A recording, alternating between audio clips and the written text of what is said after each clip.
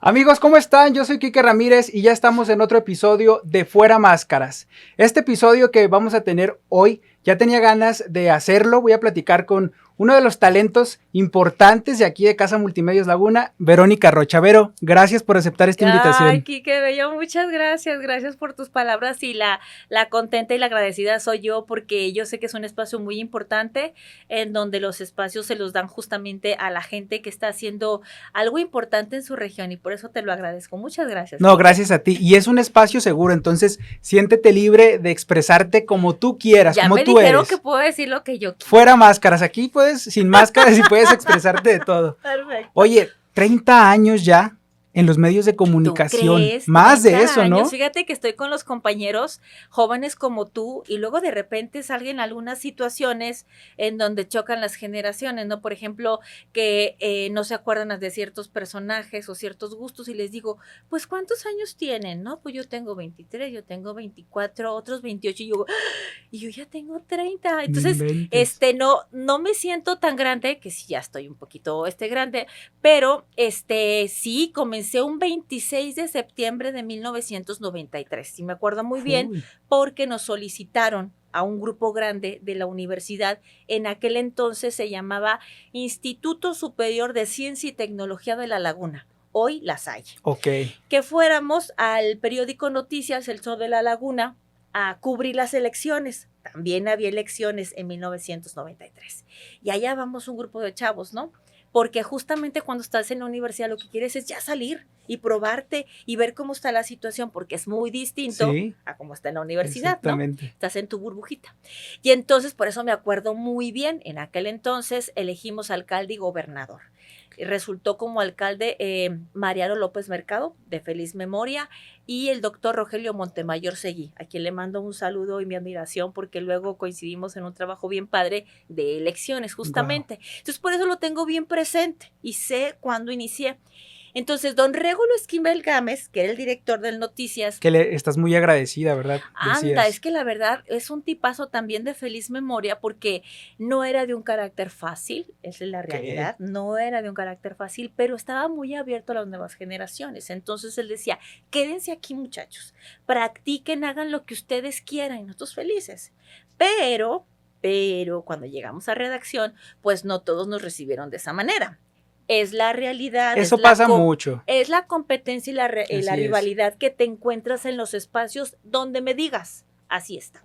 Entonces, pues entonces te vas abriendo así como que a camino, ¿no? Y te vas acercando pues con quien te acoge y con quien no, pues ni modo, ¿no?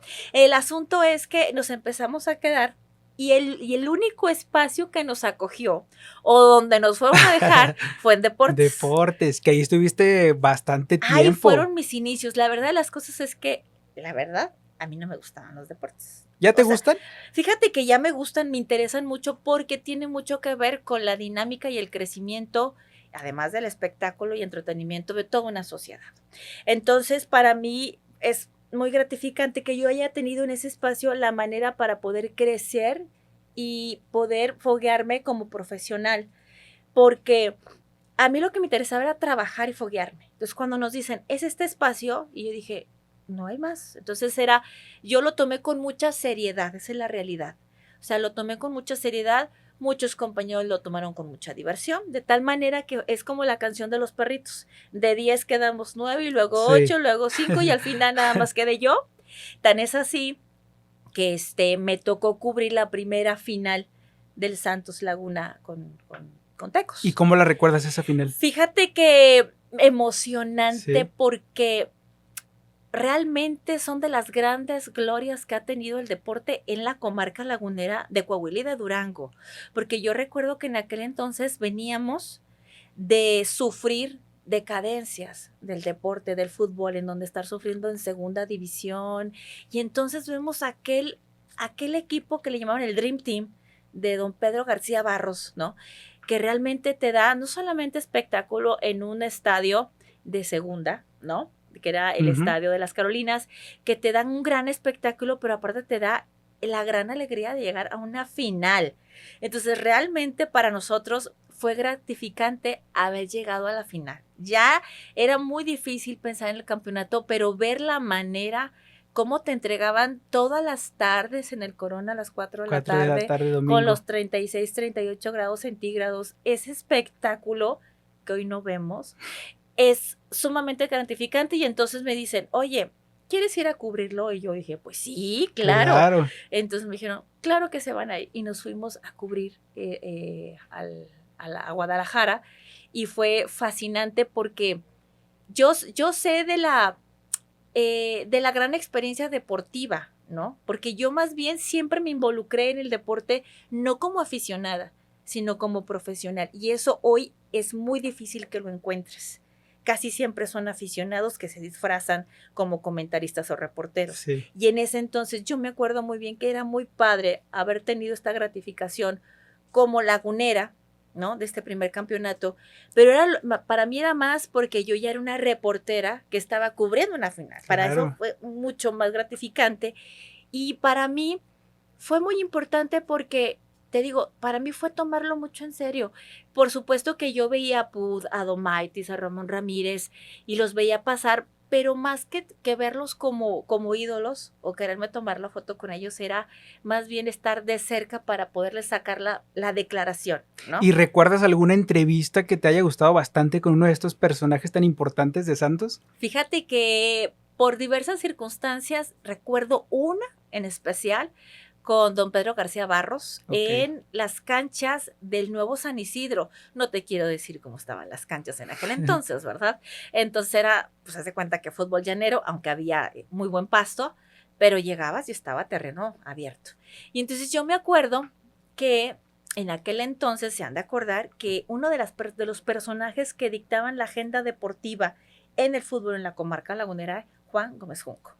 Claro. La verdad del planeta. O sea, tú esperabas el programa para ver qué iba a decir, cómo lo iba a decir, porque en la tarde que fueras al Interescuadras ibas a ver esa persona de quien hablara Juan Gómez Junco, o sea, en muy malas condiciones. Y eso pasó con Pedro García Barros. Entonces, algo comentó Juan ese día, que por supuesto pues no cayó muy bien en la directiva y específicamente en el entrenador. Y yo me acuerdo que termina el Interescuadras y yo me fui detrás de él y no estaba en muy buenas condiciones. Entonces me dice, ¿qué hace usted aquí? Y luego le digo, es que yo soy reportera. Me acuerdo que es que yo soy reportera. Pero usted es una niña, usted no puede estar aquí. Y le digo, es que yo estudio comunicación, pero es que usted es una niña, usted no puede estar aquí hay muchos hombres. Yo tengo un hijo como usted, y ya me echó el choro, ¿no?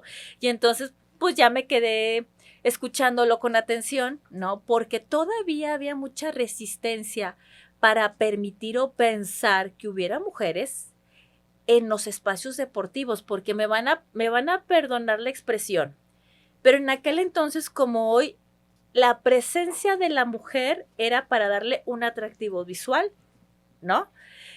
No está mal ni está bien, pero era como este choque de, ¿y esta niña en verdad está haciendo algo productivo y reporteril?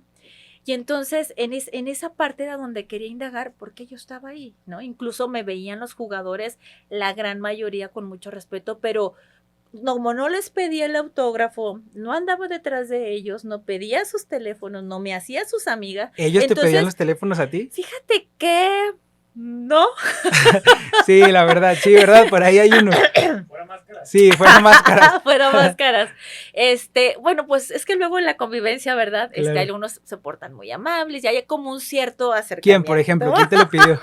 Al cabo ya pasó hace muchos años. No, pues es que ya está casada y yo también.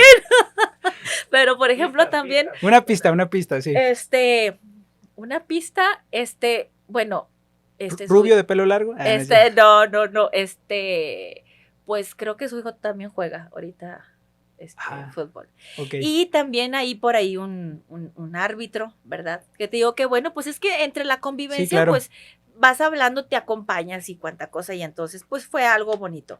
Pero como que de inicio plantearte de que, y lo voy a conocer y quien lo haga muy libre, pero esta parte era la que me interesaba mucho dividir y que me tomaran muy en serio para hacer mi trabajo, porque en aquel entonces sí estaba severa la situación en cuanto a la Sí, sí me discriminación de imagino. no porque eres mujer y no porque eres mujer y porque seguramente los vienes a ver a ellos, incluso me decían, nada más vienes a ver las piernas a los jugadores, ¿verdad? Y yo decía, pues no, yo realmente vengo a A trabajar. trabajar. Entonces fue un poco difícil y ya al final, bueno, pues terminamos la entrevista y le dije, bueno, ya lo escuché, ¿no me puede dar la declaración? Le dije a don Pedro. Ah, sí, claro. Entonces ya después nos saludábamos muy bien Claro. y nos veíamos muy bien y me tomaba con mucha seriedad. Y era lo que más me importaba en ese entonces, que me tomaran con mucha seriedad porque yo realmente me presentaba en las canchas de esa manera. No, y a futuro, pues lo lograste, porque eres una de las figuras de aquí del canal. Yo la verdad recuerdo verte desde que estaba en la primaria. Ay, ¿qué Entonces, pasó? no, que son hace 2 años, hace cuenta, Sí, pero, claro. o sea, eres un referente. Oye, ¿fuiste de las primeras o la primera mujer en deportes en televisión? Fíjate que ahí te va. Fíjate que yo quedo como en 2 años en el Noticias y yo todavía estudiaba, pero yo tenía beca. Ok, Entonces, la verdad es que me las ingeniaba porque a veces faltaba en la escuela para venirme, porque había que checar y la rueda de prensa y la entrevista, y yo ya no quería soltar mi trabajo. Y aparte claro. ya tenía yo ya una plaza, ya no era practicante. Entonces resulta y sucede que llega un momento en donde ya la calificación, porque yo siempre fui de 6 y 7, siempre. Entonces ya la calificación no me daba. Y entonces hice cuentas y me faltaba el último semestre. Entonces en diciembre me doy cuenta que ya no me alcanza la calificación. Y entonces empiezo ahí a marear. Entonces tomo una decisión, digo, tengo que dejar la reporteada porque si no, no alcanzo a titularme, sobre todo perdiendo mi beca. Entonces, pues con el dolor de mi corazón, tomo la decisión y dejo en diciembre el trabajo. Pero resulta y sucede que fue Navidad y me encuentro en mi compañero Fernando Prieto, que trabajaba en Canal 9 como reportero en el centro. Y me dice, ¿qué onda? ¿Cómo estás? Oye, no te vi hoy en el Interescuadras. ¿No fuiste? Le dije, no fui. Porque ya era nochecita, ya eran como las 8. Y me dijo, ¿por qué? Y ya le dije, no, pues ya le encontré mi triste novela. Me dice, no, ¿cómo crees que no vas a estar tú en los medios? Y ya le dije, no, pero me voy a esperar. Y yo pienso, mañana vamos al canal y yo te voy a presentar al director para que te conozca. A mí me sorprendió mucho la generosidad del compañero porque no es fácil no que te siempre pasa. encuentres Exacto. compañeros tan generosos y que crean y le apuesten mucho a tu trabajo. Yo le dije, ay, gracias, Feri. Bueno, me insistió tanto que no tuve otra alternativa más que ir, porque me daba pena de la insistencia que me decía, y vamos, y te lo presento. Y aparte, para mí nunca fue opción real ni consciente la televisión. Nunca lo soñaste no, ni nada. porque yo decía, pues la televisión es para otra gente. Yo no me veía con cualidades y habilidades para televisión. Okay. Me gustaba mucho la radio. Al siguiente día vamos a Canal 9, me presenta primeramente al líder sindical, en ese entonces Javier Canales Fernández, muy amable. Muy amable, y bueno, pues sí te llama la atención que gente que teniendo un rasgo, pues, importante, pues se porte tan amable, y me pasan con el licenciado Víctor Hugo Hernández, en aquel entonces, que era el director de noticias, me presenta, y me dice, mira, yo ahorita no tengo nada, pero empezando el año vamos a comenzar con contratación de personal para que cubra vacaciones de todos. Sí, perfecto. Se llega enero, me mandan llamar, presento el currículum y entonces cuando me hace la entrevista me dice, mira, yo tengo 2 opciones. La de un chico que cubre todo, pero no cubre deportes. Okay. O la tuya, que cubres deporte. Porque incluso ya cuando estaba en noticias, el licenciado Regulo le interesaba mucho que supiéramos de todo. Y a veces nos mandaba a otras fuentes. Incluso me tocó entrevistar para las elecciones presidenciales de 1994 al licenciado Ceballos. Okay. Entonces me decía, yo veo que aquí tú te has fogueado en demás fuentes y que la fuerte, la tuya, es la de los deportes. Entonces me dijo, ¿será cierto? Igual me dice. O solamente vas a los entrenamientos a verle las piernas a los jugadores. Entonces ya me la sabía, porque siempre me decían lo mismo. Le dije, pues estoy a la orden. Entonces me dijo, te voy a hacer una prueba, ¿no? Porque yo estoy entre ese chico y tú. Si tú me demuestras que sabes reportear deportes, tú te quedas. ¿va? Entonces me mandan un día, hago mi trabajo y me dicen, oye, mira que sí sabes. Y yo, pues es que les estoy diciendo, va. Entonces, a partir de ahí me quedo y Fernando era el que estaba como titular de deportes. En ese Ok. entonces como reportero y como encargado de la sección deportiva. Entonces él se va de vacaciones y entonces empiezo a cubrirlo como reportera y conductora. Incluso él se va del canal y yo me quedo en su lugar. Ya de Y entonces titular. en ese entonces no había mujeres en deportes, a excepción de Elizabeth Muñoz. Elizabeth Muñoz fue la primer mujer que cubrió deportes en la región en La Opinión, ¿sí? Ujú. Y en televisión, en 1996, es cuando yo entro a cubrir los deportes y me convierto en la primera mujer saliendo en segmentos deportivos y luego cubriendo pues la final del Santos en 1996, porque hicimos un Wow. programa en radio que se llamaba Siguiendo al Santos Laguna y ahí lo hicimos con Héctor Pimentel, ¿no? Sí, En claro. radio también. Pues rompes paradigmas, ¿no? Porque pues al final de cuentas, digo, los tiempos van cambiando y ahorita afortunadamente la representación femenina en los deportes está muy Es fuerte y es indispensable. indispensable, justo como dices, siempre es necesario tener la figura femenina y no solo por atractivo visual. Fíjate que sí, yo creo que esa parte es bien importante que la entendamos y que la asumamos de esa manera porque, como lo has dicho, es romper paradigmas para poder ver justamente primero persona, es decir, que realmente podemos desempeñar funciones en roles en donde no estaban destinados para nosotras, aparentemente, y en donde, bueno, también respetar quien quiera seguir pisando este terreno desde otro ámbito, que lo hagamos, pero que sea la libertad de nuestra decisión saber dónde queremos participar. Y además que quienes están en estos terrenos deportivos tengan esta apertura y piso parejo para que tengan la incursión de las mujeres para trabajar donde quieran hacerlo. Claro, claro. Ujú. Oye, Vero, y para este entonces ya estabas casada, ya tenías tu hijo, ¿qué onda? ¿Cómo? Fíjate que en 1900, no, para nada, yo me caso muchísimo después porque Ok, fíjate, incluso yo me quedo en Canal 9 hasta el como el 2000 y de ahí me voy a Azteca. Entonces espérame. ok. Entonces resulta y sucede que ya estando en Canal 9 yo ya quería probar en otros espacios. Y entonces poco a poco me empiezo a desplazar dejando deportes para desplazarme a otros ámbitos, que era más programa de revista, programas sociales, noticieros. Y resulta y sucede que se instala en la comarca lagunera Azteca Laguna. Y resulta que me mandan llamar, pero como quieren darle este toque y este tinte diferente y saben que yo cubro deportes, me vuelven a A llamar a deportes. deportes. Ahí voy a deportes otra vez con Órale. Roberto Fernández en Cacha Azteca, igual cubriendo deportes y conduciendo. Y entonces allá voy. Y entonces llegando allí, se da una oportunidad de ir a Monterrey y también un compañero muy generoso me dice, Daniel Elías, oye, es que tú tienes que estar aquí en Monterrey En y Azteca que no sé Noreste. qué. Y entonces le digo, sí, pero como yo te voy a llevar para que te conozcan y te voy a presentar y yo así, ok. Entonces en Azteca, en Noreste, me presentan y me hacen casting, me dice, pues que sí, te quedas, cuánta cosa. Entonces yo dejo Torreón y me voy y entonces cuando llegó, les digo, pues ya llegué, me dicen, sí, qué padre. ¿Y a qué horas inicio? Espéranos mañana, el lunes, una semana, un Un mes, mes. 2 meses. Y yo le No decía a Daniel, ¿qué inventes. pasó aquí? Pues no sabemos, pero ya no puedo esperar porque yo estoy con una mano adelante y la otra atrás. ¿Qué hago? Claro. Y entonces me dijo, híjole, pues ¿qué más podemos hacer? Me dice, mira, pues lo que puedo hacer es llevarte con otro amigo que tengo en Televisa Monterrey. Y luego le digo, sí, ok, perfecto. Me llevó con ese amigo que era del espacio de noticias. Ujú.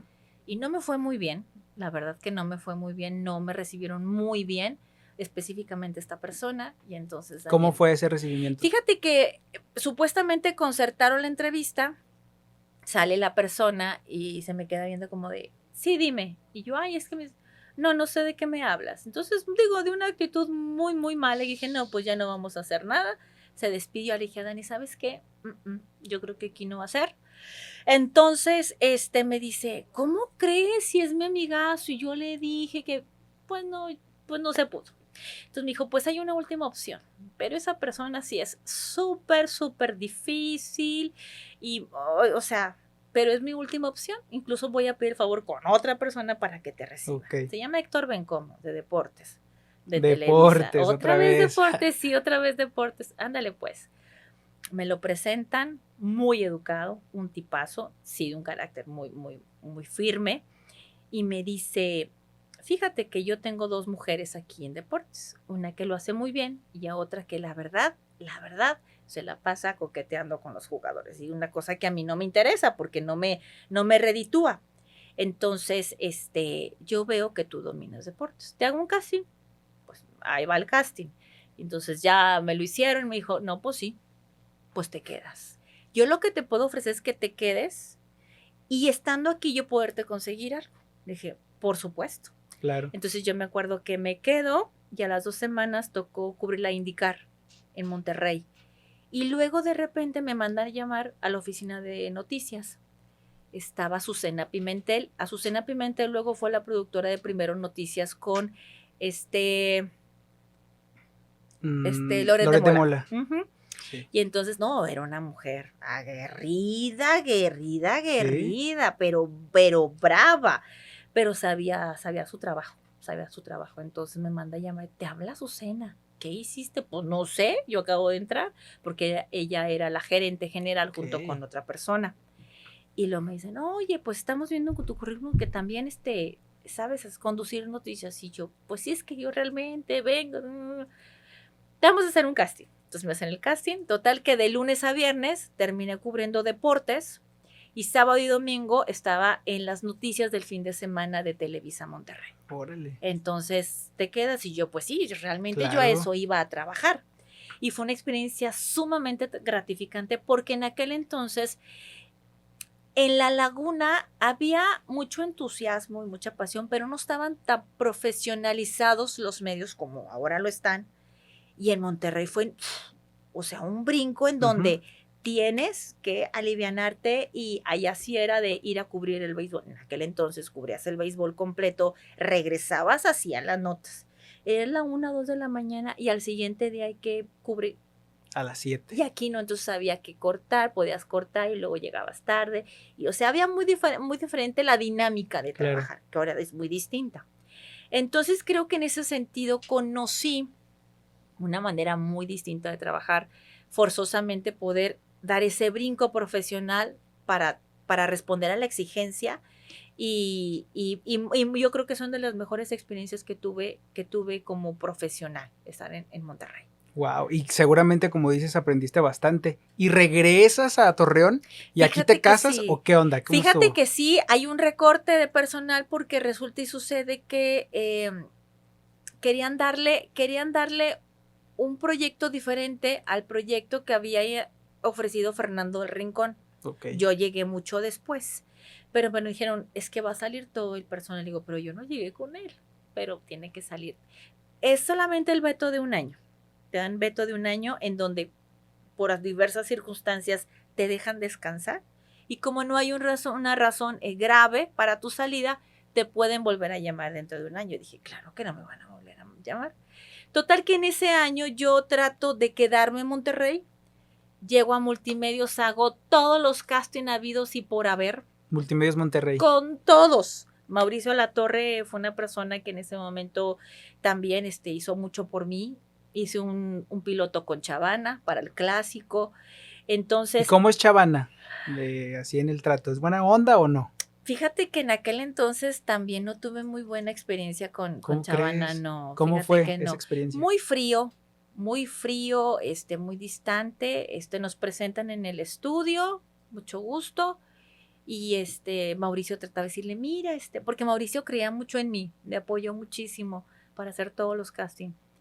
Pero pues el cuate andaba pues en su rollo, ¿no? Probablemente tenía otra opción de persona, no lo sé. Pero no fue pues nada cálido. A mí la verdad también la propuesta no me gustó mucho porque era justamente volver a poner a la mujer desde este ámbito sexual, ¿no? Que pues no es lo mío, digo, si lo fuera pues qué padre, ¿verdad? Pero no era lo mío. Entonces pues hicimos el casting. Luego me dijo Mauricio, no te vi muy cómoda. Y yo, por supuesto que no estuve cómoda porque no se trata de deporte, se trata realmente de otra dinámica ¿no? Para poder desempeñar la imagen de la mujer en este programa que se llamaba El Clásico, que eran una serie de Súper juegos, clásico, sí, ajá, claro. entre equipos de Rayados y Fíjate, entonces Monterrey, ¿no? pudiste ser la conductora de Superclásico. ¿Cómo ves? ¡Wow! ¿Cómo ves? Fíjate, con Eliodoro y Chavana, ¿Cómo icónico el ves? programa, ¿eh? Exactamente, entonces Wow. le dije, la verdad, mi hija, si tiene que ver con deportes, cuenta conmigo. Esta parte, la verdad es que, pues no la desarrollo y no tengo pensado desarrollarla, con todo respeto. Ok. Entonces me pasaron a radio, me pasaron también con esta, ay, se me olvidó el nombre de quien tenía a cargo las noticias en la mañana, también en el clima. Con la Lic me María vieron por Julia, ahí. ¿no? Estaba un hombre, ay, no me acuerdo de su nombre, que estaba en las mañanas. Era, ay, no, ya maduro, el licenciado. Ujú. A ratito me acuerdo de su nombre, porque me decía, es que también puedes estar en el clima, pero ya sabes, o sea, así, ya Sí, sabes, claro. con todo respeto, ¿verdad? Porque sabemos que en ciertos espacios hay ciertas condiciones. Le decía, no, yo doy noticias o doy deportes. Entonces me decían, bueno, pues es lo que hay. Y luego fuimos también a radio. En fin, fue una, como digamos, una mini gira de casting, ¿no? Hicimos todo lo posible, pues ya no hubo oportunidad. Entonces me regresó muy triste a Torreón, porque no era el Pues plan, cómo no. ¿no? Sí. Y entonces terminó sumamente triste porque yo decía, pues ya estaba allá. Entonces, estando aquí, se me hacía difícil poder retomar mi vida profesional porque yo no veía por dónde, la verdad. Yo no veía por dónde. Sin embargo, una compañera de Canal 9 había dejado el canal y se fue a una asociación civil. Y entonces un día me habla y me dice, oye, ¿sabes qué? Voy a cambiar de residencia y voy a dejar mi espacio. ¿Te interesa? Y le dije, claro que no. No, una asociación, claro que no. Pero ella necesitaba activarme, ¿no? Y también, pues, monetariamente, ella necesitaba. Claro. Entonces, con este desgano que ustedes vieron, así entré. Y entonces dije, bueno, pues nos vale algo que nada, ¿verdad? Y entonces, pues ya entré todo así, cabizbaja y todo. Cuando empiezo a conocer la actividad de lo que es la filantropía, me enamoré completamente. Completamente. Que de hasta tal la manera, fecha lo haces. Fíjate nada más y para lo que me sirvió. De tal manera que al año yo ya estaba haciendo un diplomado en procuración de fondos en Monterrey, en la UDEM. Wow. Entonces entendí cuál era la dinámica y sobre todo cuál podría ser mi función y mi servicio en este ámbito y me encantó y yo me quedé ahí. Entonces fue muy poquito lo que empecé a durar porque el ingeniero Alegre, quienes tenían a cargo la franquicia de Azteca, se enteró que estaba aquí y me dice, oiga, por favor, ayúdenos también. Es alguien de feliz memoria que hizo mucho por mí, que valoró mucho mi trabajo. Y yo, es que yo ya estoy acá, ándele, que nada más voy a hacer de 1 hora, de 3 a 4 la conducción, y acá vengo con mis jefes. Oigan, que total que se pudo hacer, entonces pude congeniar las dos cosas y regreso a la conducción. Sigo soltera de de Azteca y hasta que me caso en el 2004. En el 2004 me caso, me embarazo muy pronto y entonces empiezo a congeniar las dos cosas, una situación muy difícil. Supongo que sí. Cuando siempre es difícil, pero yo creo que es más difícil cuando quieres hacerte cargo de tu bebé. ¿Qué es más difícil, ser mamá o ser mujer profesionista? Fíjate que yo creo que mamá, porque desde que sabes que estás embarazada, bueno, para mí fue una situación increíble y maravillosa poder pensar que en mi vientre se estaba formando otro ser. O sea, para mí esto fue algo increíble que yo decía, mi cabeza no me da para entenderlo. Y aparte fruto del amor. Y aparte fruto del amor. Y esto es bien importante porque cuando vienen otros temas que incluso tratamos en los noticieros y en los espacios de derechos humanos, es difícil poder entender a otras mujeres que toman otras decisiones. Claro. Porque no estamos en las mismas circunstancias. Entonces, pues, no podemos hablar. Entonces, en ese sentido, por eso yo les decía siempre, por ejemplo, cuando luego conozco la condición del Robert, que les digo, es que yo hice trampa porque yo llamaba a Roberto. Cuando luego conozco que Roberto trae la condición, pues ahí hubo trampa porque yo llamaba a Roberto, ¿no?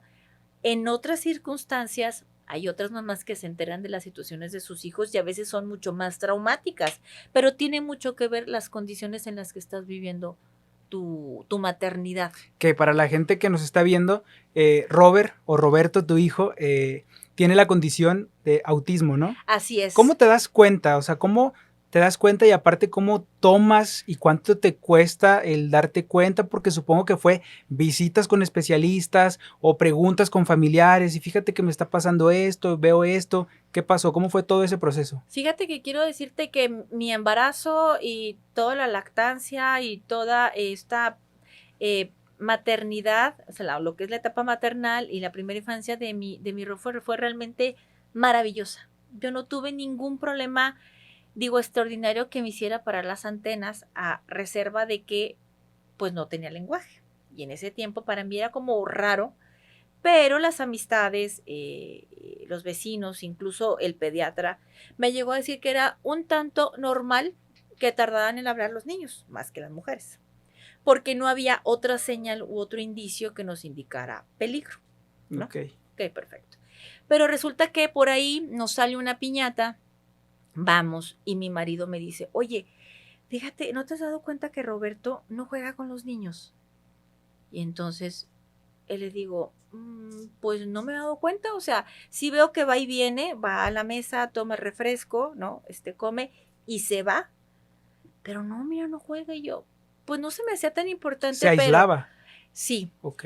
pero no se me hacía tan importante, pero aparte ni siquiera me había dado cuenta. Él fue el que me dijo. Y me dijo, ¿sabes qué? Yo creo que entonces sí ya hace falta que entre al kinder, porque ya tenía 3 años, no iba al kinder y traía pañal, porque la mamá le cambiaba el pañal. Y entonces, porque yo estaba feliz con mi niño, ¿no? Claro. Entonces dije, ok, perfecto. Eso fue como para abril, mayo. Fuimos a ver kinders y entonces lo primero que nos dijeron es, necesita quitarle el pañal. Y entonces le dije, ok, perfecto, tiene toda esta temporada de calor, aproveche. Y ya le dije del lenguaje, no se preocupe, aquí va a ser un espacio muy pertinente, ok. Entonces, en agosto entra al kinder y nos fue muy bien con la quitada del pañal, lo de siempre, de que pues se hacen aquí, se hacen allá, hay que limpiar, estar detrás de ellos, Claro. de eso no nos escapamos, pero tuvimos éxito. En agosto cuando va al kinder, las peculiaridades que me presentan en el kinder es, no hace caso, señora. No se come su desayuno. Se sale del salón. Y entonces yo decía, qué raro, y qué raro, y qué raro, y qué raro. Porque era lo único que pasaba. Y entonces empiezan a decirme, es que sabe que esto no está dentro Común. de lo común o de lo que el niño debe de estar presentando, ¿no? De acuerdo a su edad promedio, sobre todo el lenguaje. Y algo bien importante, señora, que no responde por su nombre. ¿Cómo que no? Incluso le decimos, Roberto, llegó tu mamá por ti y no hace caso. Pero tú tampoco la llamabas por su nombre, por ejemplo. Sí. Y a ti sí te Y a respondía. mí yo veía que sí me respondía, Ok. incluso sí tiene mucho que ver con esta carga, ¿no? De protección o sobreprotección, en donde tú estás con él todo el día y tú ya sabes a qué hora come, Ok. a qué hora quitas pañal, a qué hora le vas a poner la... O sea, había una situación demasiado estructurada y organizada de mamá que ya no había una demanda del niño, ¿no? Entonces, ¿por qué? Porque estaba yo sola con mi hijo, ¿no? Entonces, al salir a otro espacio en donde necesitaba realmente Roberto tener más autonomía, pues no la registraba. Ese era algo, pues, como que importante. Entonces nos dicen, ¿sabe qué? Necesitamos, sobre todo el lenguaje, ¿no? Y que atiende instrucciones. Eso era bien importante. Ok, perfecto. Entonces empezamos a hacer una serie de visitas a profesionales y entonces empiezan a sospechar que se trata de autismo. Pero lo descartan inmediatamente porque Roberto no pegaba, no mordía, no lloraba sin razón, no se balanceaba. Entonces eran las características que tenían que estar en el autismo para Eso se pensaba en ese entonces. aquí en Torreón. Aquí en Torreón. Sí, entonces, pues yo también, yo no sabía qué estaba pasando y entonces yo decía, ok, perfecto. Y entonces pasaba de un lugar a otro lugar y a otro lugar. Pero para mí lo importante, además de decirme lo que estaba pasando o lo que creían que estaba pasando, era que lo atendieran. Y el primer desilusión es cuando justamente la escuela nos dice, ya no lo podemos atender. ¿Por qué? Porque tiene que estar medicado, porque tiene que estar sentado, porque no se puede salir de la... Y entonces empiezas a decir, a ver, yo estoy haciendo todo lo que está a mi alcance, Claro. ¿verdad? Yo también quisiera otro comportamiento de mi hijo en cuanto a la atención, pero no lo tengo. Entonces, bueno, pues vienen las primeras decepciones porque justamente en ese momento yo lo que veo es que sí era una decepción no tener al hijo que tú esperas. Porque cuando la mujer está embarazada, la pareja está embarazada, tú esperas a un hijo completo, sano y guapo. Además, o sea, nadie, absolutamente nadie te prepara para que probablemente tengas a un hijo o una hija con otra condición, porque no está dentro de la normativa, Claro. incluso de lo aceptable. Y esto es bien importante porque es el duelo que pasamos. Cuando tú escuchas por primera vez que tu hijo pudiera tener esta condición, ¿cómo lo tomas? ¿Qué sientes en ese momento? Pavor, porque yo me acuerdo que había visto una película no hace mucho tiempo de un niño con autismo y no te quiero decir cuál fue la idea que me quedé de un niño con autismo a partir de esa película. Y entonces yo dije, Dios mío, que sea lo que sea, pero que no sea autismo. Entonces, ahora sé que tuvo que ver con la referencia que yo tenía del autismo en ese entonces y que además la gente que está a tu alrededor pues no te da esperanzas, no es positiva, no es asertiva. Entonces tiene mucho que ver la manera en que se aborda la condición, las palabras, los términos, la calidez, la acogida, tu red de apoyo para poderle hacerle frente. Porque yo me acuerdo que incluso ya para ese entonces sí era decepcionante que tu hijo pues no estuviera en la expectativa de lo que tú estabas planeando, ¿verdad? Porque pues como mamá tú Claro. estás planeando una situación, pero además la gente no te quiere acompañar. O sea, la que debería de acompañarte, darte el servicio, no te lo dices tú. Y entonces, ¿con quién voy a correr? Entonces empieza este peregrinar de ir tocando puertas para ver quién sí quiere acompañarte. ¿En algún momento en alguna escuela o en algún restaurante o incluso familiares fueron groseros con tu hijo o contigo? Fíjate que no, realmente no. Sin embargo, han sido muy sutiles, debo decirlo, para poder excluirnos de espacios. Esa es la realidad. O sea, Ok. sí estás consciente que poco a poco y de manera paulatina te van excluyendo de ciertos espacios, ciertos círculos, de la piñata, pero lo vas entendiendo de tal manera que dices tú, ok, perfecto, entonces yo voy a ir propiciando otros espacios y otras convivencias en donde yo sí pueda disfrutar a mi hijo y que mi hijo tenga crecimiento y desarrollo. Entonces esa es la manera en que lo asimilas, ¿no? Y ya también después pensé, dije, pues igual ni siquiera es el autismo, ¿no? Son un montón de cosas que no tienen que ver ni con mi hijo, ni conmigo, ni con el autismo. Entonces, pues que Dios los bendiga. Pasa mucho, o he leído bastante y visto otras entrevistas en donde mencionan que al principio piensan que es problemas de lenguaje, incluso, no sé, síndrome de Tourette o el autismo. Pero, ¿cuál es la diferencia de este tipo de condiciones? Que ahorita tú fuera de cámaras nos corregías y decías, no es una enfermedad ya, es una condición. ¿Cuál es la diferencia de este tipo de condiciones? Mira, me gustaría empezar explicando que este abordaje actualizado ha avanzado a propósito de muchas reflexiones de muchos profesionales a nivel internacional y mundial, de tal manera que marcan pues manuales y diagnósticos que utilizan los profesionales. Uno de ellos, por ejemplo, son, como ya lo decías tú aquí, los paradigmas en el plano de derechos humanos. Es decir, tenemos 3 grandes paradigmas en la historia de la humanidad en donde hemos recorrido desde el paradigma eugenésico, en donde el nacer fuera de esta normativa no eras digno y entonces era pues, aniquilarte, ¿no? Era este paradigma eugenésico que estuvo muy en boga en el plano cuando estaba Hitler, por ejemplo. Luego vino esta reflexión de, ok, son personas, hay que darles la oportunidad para que vivan y entra en el nuevo paradigma asistencialista y médico rehabilitador. Es decir, te vamos a dar chance de que nazcas, pero como no estás bien y estás enfermo, te vamos a normalizar. Vamos a hacer de tal manera que seas lo más normal posible como nosotros para poderte permitir vivir. Pero además, como sabemos que no puedes hacer las cosas por ti mismo, vamos a darte la despensa. Tú no puedes trabajar, pues te vamos a dar pues un apoyo. Es decir, este arropo o sobreprotección en donde dejabas y permitías a estas personas vivir, pero dentro de esta burbuja del no puede, del pobrecito que todavía vemos con mucha insistencia, sobre todo en el plano de procuración de fondos, ¿no? De decir, ayúdenlo porque no puede y dele la lana, ¿no?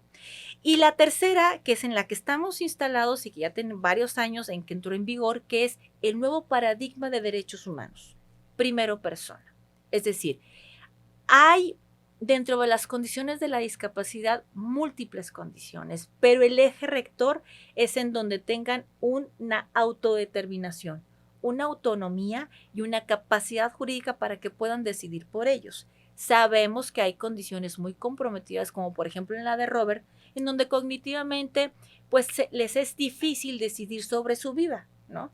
A lo mejor para saber qué van a comer, qué van a vestir, y entonces se requieren apoyos sustantivos, más no sustitutivos, de tal manera que yo voy a apoyar en todo lo posible para que Roberto decida sin quitarle su voluntad. Un empujoncito nada más. Exactamente. Y eso es bien difícil que lo podamos conseguir ahora en el plano del paradigma, y sobre este paradigma que se ha desarrollado mucho en lo que es la Organización de Naciones Unidas, y a partir de estos tratados internacionales, te digo, ya empieza a permear en las legislaturas, en lo que es la política pública y en todos los textos que vamos encontrando, y se van renovando los manuales de diagnóstico. Eso es por un lado. Y justamente eso viene a permear en otra visión que viene siendo el diagnóstico. ¿Por qué? Porque hoy sabemos que el que tú transites con un trastorno no propiamente está considerado como una enfermedad, de tal manera que estés descartado para tener una vida libre, ¿no? Y autónoma. Entonces, en el plano del autismo, hoy se sabe que es una condición de vida con la que se nace, se vive y se muere, ¿no?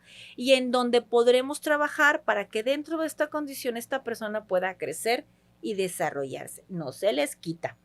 Ni tampoco estamos con que es que no quiero que se le note, ¿no? Porque luego la vergüenza es de la mamá, siempre. Entonces, pensar sí en una calidad de vida para el chico, ¿no? Más que el que no se le note, ¿no? Es pensar en una calidad de vida para el chico que va a redundar, pues, en una mejor funcionalidad y un mejor comportamiento, una adaptabilidad social. Entonces, hoy sabemos que esta condición tiene 5 características, pero me voy a centrar en 3 que tienen que presentarse sí o sí para decir aquí hay una condición. La primera es la peculiaridad en la comunicación, más que la ausencia del lenguaje, porque encontramos a chicos o a niños con lenguaje, pero no se comunican.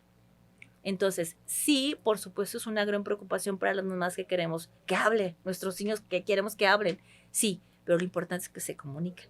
O sea, el lenguaje es una vía para comunicarnos, y cuando no hay lenguaje podemos comunicarnos de otra manera. Por ejemplo, ahí está el lenguaje de los sordos, por ejemplo, ¿no? Es un ejemplo. La segunda es las relaciones con sus pares. Hay una peculiaridad o una ausencia de esta relación, sobre todo con sus pares, porque luego vemos que aunque están muy chiquitos, logran conectar con la maestra, con la tía, con la comadre, pero con el amiguito, con el primo de su edad, no. Y esto es bien importante. Y la tercera y muy, muy importante es la presencia de peculiaridades en su integración sensorial. Hoy, por ejemplo, tú y yo podemos estar aquí sentados y poder estar gestionando todos los estímulos que tenemos en este momento, desde la comodidad o incomodidad de la silla, la luz, el clima, ¿no? Porque tenemos ya esta madurez, nuestros chicos no la tienen y llevan mucho tiempo, incluso toda su vida, con este reto de maduración. De tal manera que hoy que vemos a un niño en casa, en el restaurante o en el aula, gritando, arrastrándose o saliendo del aula, inmediatamente lo relacionamos con lo conductual. Se quiere portar mal, no quiere estar. Es un chiflado. Es un chiflado y pataleó. No sabemos, pero muy probablemente lo que esté pasando es alguna condición de su integración sensorial que no está gestionando, pero además por esta dificultad de comunicarse no te la está diciendo de la manera verbal, sino que la está haciendo. Entonces, este punto se da por descartado de manera general en los papás y en los profesionales. Casi siempre se quiere portar mal. ¿Qué le recomiendas a la gente? Es decir, si tú y yo estamos en un restaurante y escuchamos a un niño llorar de manera muy fuerte y que no para, ¿es recomendable quedarte tranquilo o sí poder decirle a la gente, oye, pasa algo, puedo ayudar o no? ¿Qué se tiene que hacer en esos casos? Yo lo que recomiendo en cualquier circunstancia es quedarnos tranquilo porque sabemos que quien está con ese niño pues sabe lo que está sucediendo. Y si queremos ser empáticos y saber si podemos ser útiles, poder acercarnos al adulto que está con ese niño o esa niña y decirle, ¿te encuentras bien? ¿Necesitas ayuda? Estoy aquí por si algo se te ofrece. Y no Y juzgarlos, ¿no? Es decir, es un no, porque grosero el sí niño y es demás. muy difícil que podamos saber qué está sucediendo y lo más sencillo es, ay, la señora, ¿y por qué no lo calla? ¿Y por qué los sonidos? ¿Y por qué lo trae? Pues porque los espacios son de todos y porque justamente el mejor laboratorio para las personas con autismo y discapacidad son los ambientes naturales. Es decir, luego de Okay. que vamos a una terapia y logra hacerlo en la terapia, está padre, pero realmente lo importante es que lo logre hacer en el ambiente natural. Lo que hizo en terapia, en un ambiente controlado, en donde luego dicen, es que sí lo hizo conmigo. Perfecto, ahora falta que lo haga acá afuera, en la escuela, en el restaurante, en la casa. Ese es el gran reto. ¿Y cómo lo vamos a hacer? Acercándonos a la experiencia. Claro. ¿Cuál ha sido la experiencia más complicada que te ha tocado vivir justo con tu hijo, con Robert? Fíjate que ahora que brincó a la adolescencia, Wow. la verdad es que fue una transición muy significativa de mucho aprendizaje en donde pues sí nos asustamos porque trató de comunicarse de una manera de decir, ya no quiero la escuela, en donde van y me sientan y me ponen a hacer bolitas y palitos. No quiero, ¿no? Entonces, ¿por qué? Porque el plan es que sigan escolarizados, que vayan a la escuela, que se sienten, que hagan la bolita y el palito, pero el chavo no quiere. Como muchos otros chavos te dicen, no quiero estudiar, ¿Cómo te lo ¿no? comunicó él? Fíjate que justamente como no tiene lenguaje, empezó a tener comportamientos muy determinantes, incluso de rebeldía, porque incluso yo me acuerdo que en las noches ya me renegaba por irse a descansar. Y se bajaba y prendía la tele y sacaba las papas y sacaba el refresco y yo le decía que no y se enojaba. Entonces ya era así como de que, o será ya una rivalidad de espérame, pues si antes sí hacías caso y ahora no. Entonces también era entender de mamá de, o sea, hello, ya está en Sí, otra claro. situación y aparte no quiere mamá, ¿no? Entonces fue una transición muy significativa, muy enriquecedora que aprendí muy rápido y no nos brincamos ningún pasito, pero sí fue entender de decir, ok, ¿no? En esta situación fue muy importante el apoyo que tuvimos de Eduardo Díaz Tenopala, que aparte de ser nuestro asesor técnico en Autismo San Roberto, pues sí le dije, oye, ¿está pasando esto con Roberto? O sea, está irreconocible, o sea, porque Roberto, la verdad, es un tipazo y siempre nos ha hecho fácil la vida, la verdad. Pero en ese momento era así como de que, ¿qué está pasando contigo? Y me decía, oye, es que sabes qué, o sea, ¿no has pensado que ella está en la pubertad?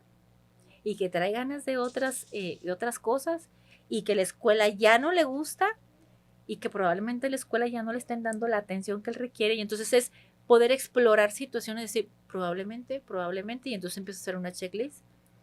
Y yo creo que se fue por ahí porque tomamos otras decisiones, le hicimos un programa de adultos Ok. en el que ha respondido muy bien y que nosotros hemos entendido en qué etapa de la vida está. Eso fue crucial y nos ha ido perfecto. Y entender que es una persona que como todo hombre tiene el interés y el deseo de vivir Claro. experiencias incluso sin su mamá, con su hermano, con su papá, ir al béisbol, al básquetbol, y, ¿no?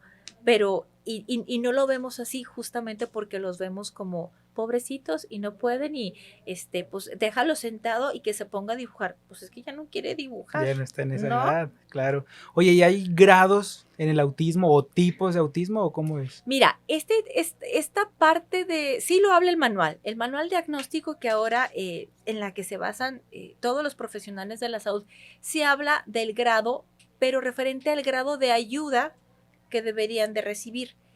Y esto es bien delicado poderlo tratar porque de manera general e indiscriminada, todos los espacios o casi todos los espacios y los profesionales nos voltean la tortilla. El grado es del chico de la severidad que tiene. tiene poquito, habla, así tiene poquito. No habla, es muy severo, no me lo llevo. O sea, es como tramposo el manejo de estos grados de ayuda del que habla el manual. No es un manual que te hable de severidad para que no lo recibas, como se usa aquí en Torreón. Y es muy importante saberlo y conocerlo, porque luego te dicen, es que no lo puedo recibir porque no habla. ¿Dónde dice? Ok, es grado 3, necesita mucho ayuda. Pues con más razón necesitamos más ayuda. Claro. Entonces, el manual te habla de 3 apoyos, que es el apoyo suficiente, el muy suficiente y el indispensable, ¿no? Justamente con las características de este chico, voy a saber qué nivel de ayuda necesita. Ese es el nivel del que se habla en el manual, más no la severidad en sí de la condición del niño para que le digas no lo recibas. Eso es muy importante. Eso es tramposo, ¿eh? Sí. Eso Fíjate es que tramposo. yo escuchaba a una mamá de una persona con autismo y ella decía, a la madre de una persona o de un niño con diabetes le dicen cuál va a ser como el proceso, qué es lo que sigue, cómo se va a comportar, los cambios en su cuerpo, qué no debe tomar, qué sí debe tomar, pero a las madres con autismo no nos dan como un manual en sí tan específico y varía mucho de la persona, ¿es verdad? Sí, sí, totalmente de acuerdo con eso, porque justamente los profesionales incluso han dicho que hay tantos autismos como niños hay, y yo estoy de acuerdo con eso, ¿no?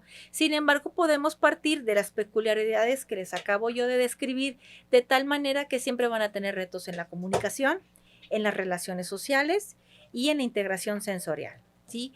Pero luego sabemos que tanto el chico, el niño, como yo, como su madre, tenemos temperamento y tenemos carácter.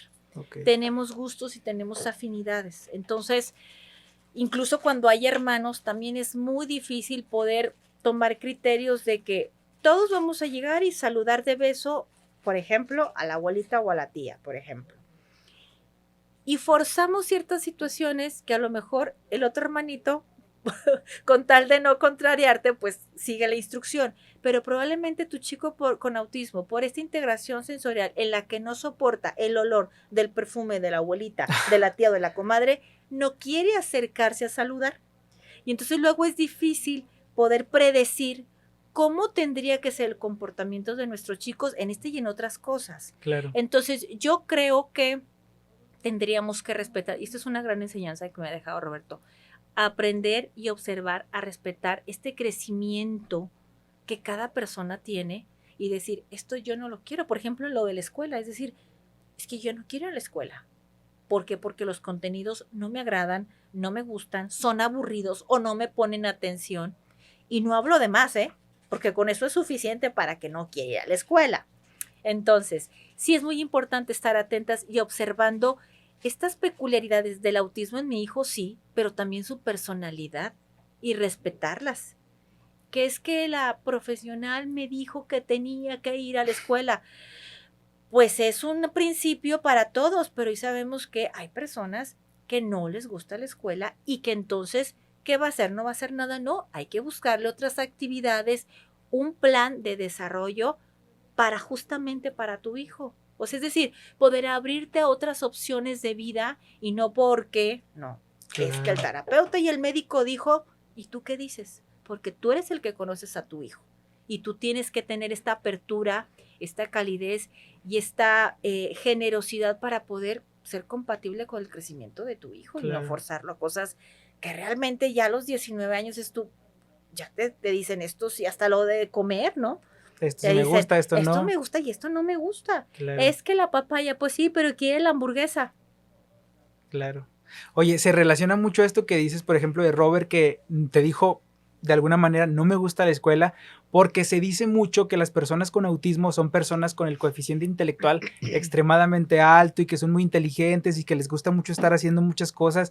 ¿Es real eso o es falso? Mira, fíjate, ahorita que te comentaba al inicio de la entrevista acerca de esta referencia del autismo, acerca de esta película que yo había visto en este terreno de que pues, yo estaba neófita en el asunto, tiene mucho que ver justamente con estos mitos que se han alimentado a través del cine y la televisión.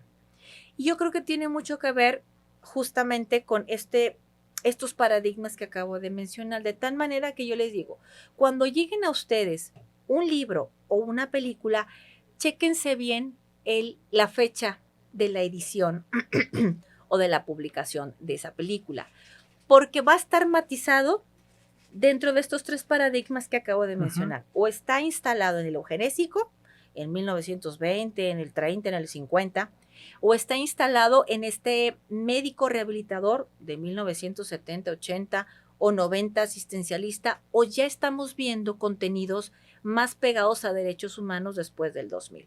Entonces, ¿de qué va a depender que yo tenga esta visión del mito de que es con autismo?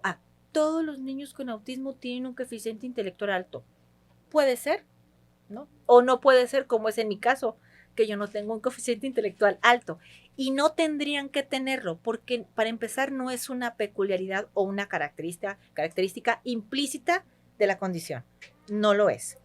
¿Cómo se ha alimentado con estos mitos de la comadre, la tía, la maestra, la vecina, la película? Sí, pero recordemos que están situados en un paradigma de otra época, claro, en donde creíamos que hoy sabemos que una persona con autismo pudiera tener un coeficiente intelectual muy alto. ¡Qué padre! ¿Hay que aprovecharlo? Sí.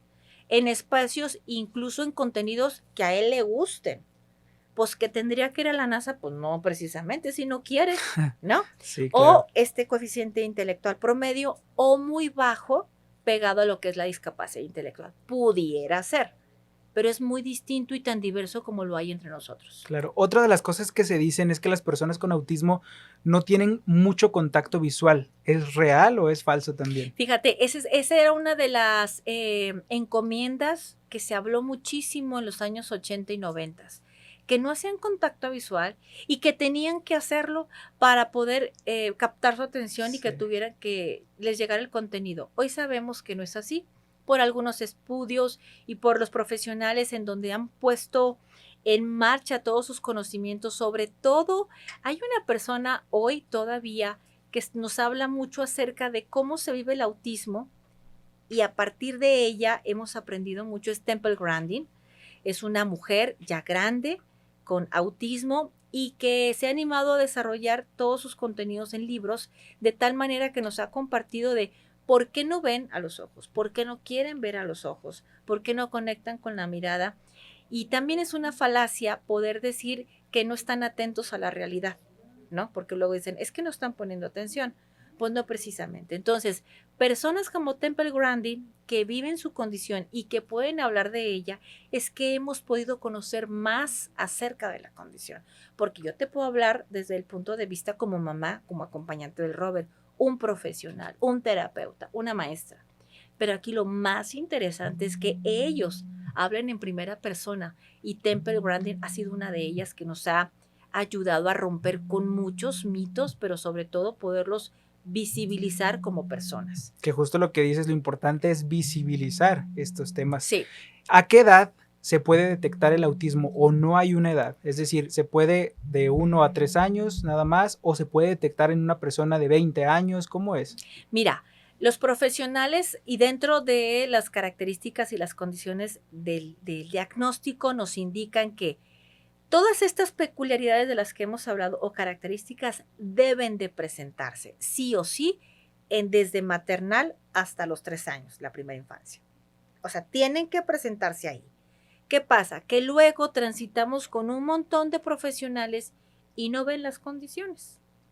Y cuando tienen 10, tienen 12, tienen 15, pues obviamente las condiciones ahí está y alguien te va a decir, aquí está el autismo.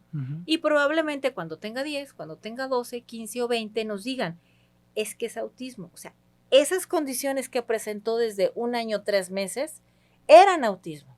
Entonces, nada más se decreta que ahí está la condición del autismo. En ese escenario es aceptable que se reciba un diagnóstico a los 10, a los 15, a los 20. ¿Por qué? Porque las características siempre estuvieron ahí presentes desde pequeños.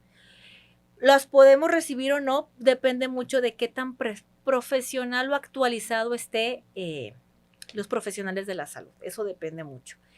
Lo que no se vale es que el chico haya tenido un desarrollo promedio, que a los 10, a los 12, a los 15 tenga una variación, y entonces diga, es que a los 10, a los 15 se le murió la mamá, se le murió el perrito y es que le entró el autismo. No, no es una condición que esté asociada con alguna situación emocional y que por eso le entró el autismo. Ok. Ujú. Oye, y en el caso específico de Roberto, ¿en algún momento vivió algún tipo de discriminación en la escuela? Porque cuando somos niños, pues los niños solemos ser crueles, o no crueles, sino no medimos las palabras y soltamos justo las expresiones sin pensar y sin saber. ¿Te pasó eso con tu hijo o no? Fíjate que no, que yo tenga uso de razón, no. Cuando estuve en los entornos escolares, la verdad es que conté con personas muy comprometidas, muy trabajadoras, muy conscientes de la condición del Robert. Cuando estuve aquí en Torreón, en, con Lili y con Vicky, que estuvimos en el Montessori del Ejido La Paz, en ese momento no sabíamos qué estaba pasando, pero siempre fue atendido desde esta perspectiva de algo está pasando con el pequeño y vamos a ayudarlo. Y el entorno Montessori le ayudó mucho para, por un lado, sí tener mucha independencia, pero también estimularlo mucho. Y los compañeros eran muy amorosos, muy cálidos. Yo creo porque tenía mucho que ver con las personas que dirigían el Montessori y Gino Giordani del Ejido La Paz, que para nosotros fue un apoyo tremendo. Y luego cuando fuimos a Monterrey igual, que llegamos a Casa Olín, con Blanquita y Mari Carmen, igual, dos personas muy comprometidas y que yo hablo mucho de esto porque los espacios dependen mucho del desarrollo y del comportamiento de los adultos. Claro. Entonces, cuando suceden situaciones, pues te dan mucha pena, pero tienes que recurrir a quién era la autoridad, quién estaba como adulto en ese momento y por qué no actuó o cómo actuó en ese momento. Entonces yo creo que en ese sentido tuvieron mucho que ver para poder organizar y tener una estructura de tal manera que se hiciera de lo más libre y respetuoso posible. Yo creo que en ese sentido siempre estuvimos en buenas manos y cuando caímos en arena en Monterrey, que era la asociación, la escuela de autismo, pues con más razón y ahí es donde pues aprendí muchísimo pues digo todo acerca de la Claro. condición. Yo creo que lo importante es que afortunadamente el contexto de Roberto pues era, digamos, bueno para él porque tú fuiste una madre que se preocupó, que se preparó. Sin embargo, hay otros niños con autismo que crecen sin este contexto y sin este apoyo de sus madres. ¿Qué puede pasar en una persona o que no toma la terapia o que no se le detecta a tiempo y así crece y se desarrolla? ¿Qué pasa? Mira, has hablado un punto muy importante que es los contextos de nuestros hijos y nuestras hijas, porque el primer contexto es la casa y el primeritito son los padres, cuando están ambos y a veces nada más está la mamá.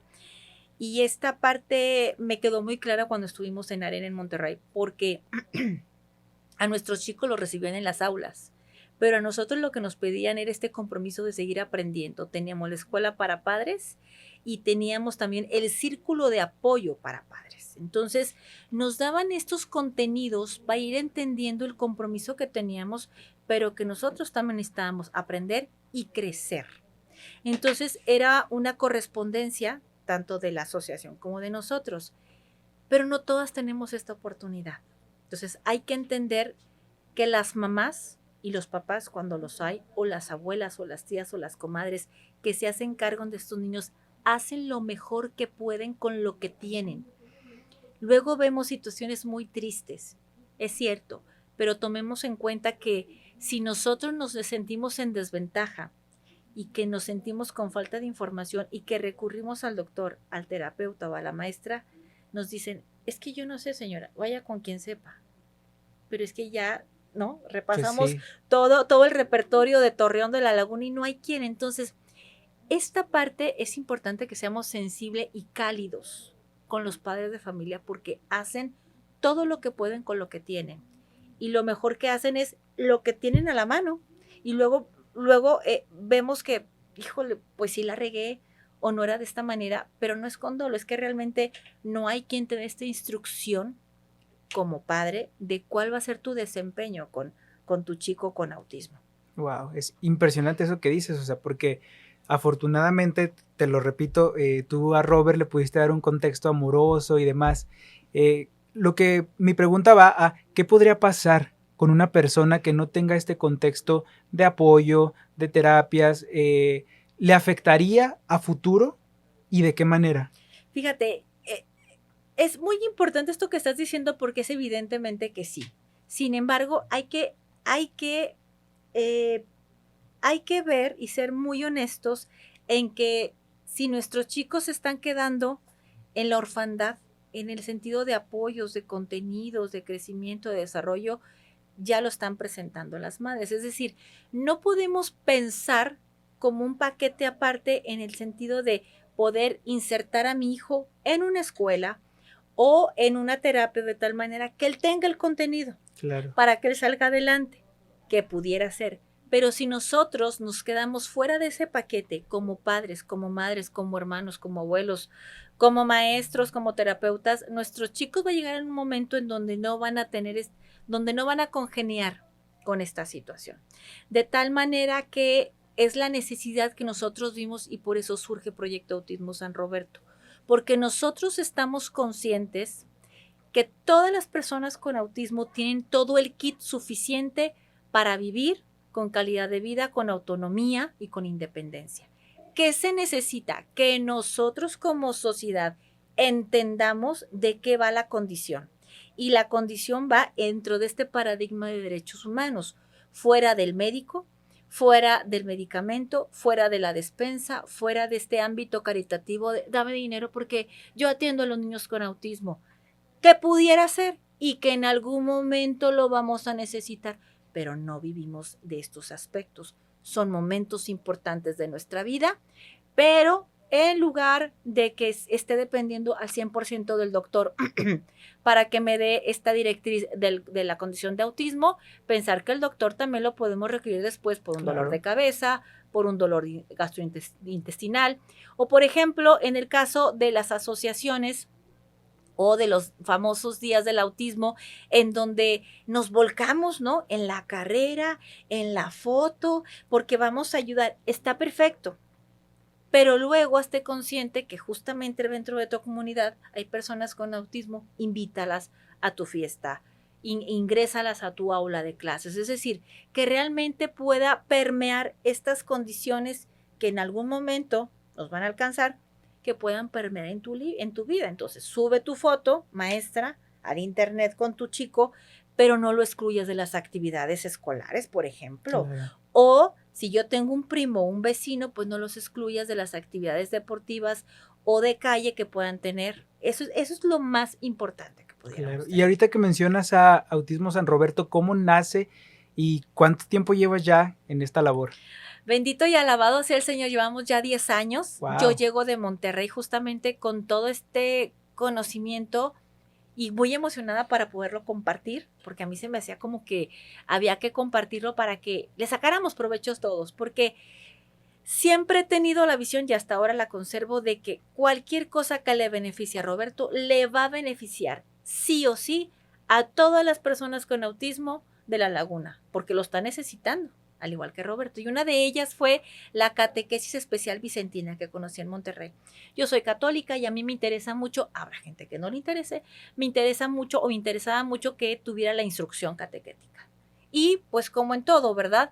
Si te tocaba suerte y una buena catequista, pues te lo aceptaba. Y si no, pues no, ¿verdad? Entonces sabemos que es una instrucción necesaria para que por ahí sea en la administración de los sacramentos, en este caso de primera comunión y confirmación. De tal manera que cuando llego, empiezo a platicar y a compartir de lo que hacíamos. Mucha de la gente que hoy tiene sus espacios y sus proyectos nacieron de aquí, de la entrevista conmigo, que les compartí de qué se trataba la situación. Y hoy me da mucho gusto que haya más opciones en Torreón y más personas que se dediquen al autismo, porque fuimos pioneros en focalizar al autismo. Antes lo que se hacía era ponerlo como alteraciones del desarrollo, desarrollo, ¿cómo se llamaba? Bueno, discapacidad intelectual, es decir, dentro de un paquete que no estaba tan visibilizado. En Monterrey lo que empezaron a hacer es focalizar al autismo. dentro de esas alteraciones del desarrollo, el autismo. Y entonces cuando llego empiezo a hablarle por su nombre y sí era muy común que lo metieran dentro de este paquete, que no estaba mal, pero justo por eso muchos niños no cabían en la escuela, ¿no? En la terapia, porque pues tenían que encajar en todo este grupo. Entonces empezamos a focalizarlo y muchas de las personas que hoy ya tienen un proyecto cayeron primero en nuestras manos. Entonces compartimos la experiencia y la cosa es que se dieran cuenta que quienes somos los primeros que necesitamos la información somos los papás, los maestros, los terapeutas, porque no sabemos ni de qué se habla. Y tenemos 10 años que damos cursos, capacitaciones, pláticas, talleres, para poderles explicar a ellos, incluso a los medios de comunicación, cómo deberíamos de visibilizar las personas con autismo y sus familias.